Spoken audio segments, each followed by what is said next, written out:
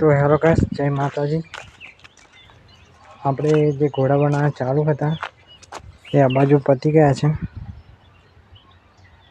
બધા, અને જે બીજી બાજુ બનાવવાના હતા એ પણ અડધા થઈ ગયા છે। જો આટલા થઈ ગયા છે, આટલા બાકી રહ્યા છે। અને જે ઈંટોની ભઠ્ઠી બનાવવાની છે એના માટે આપણે કોલસી આવી ગઈ છે। હા,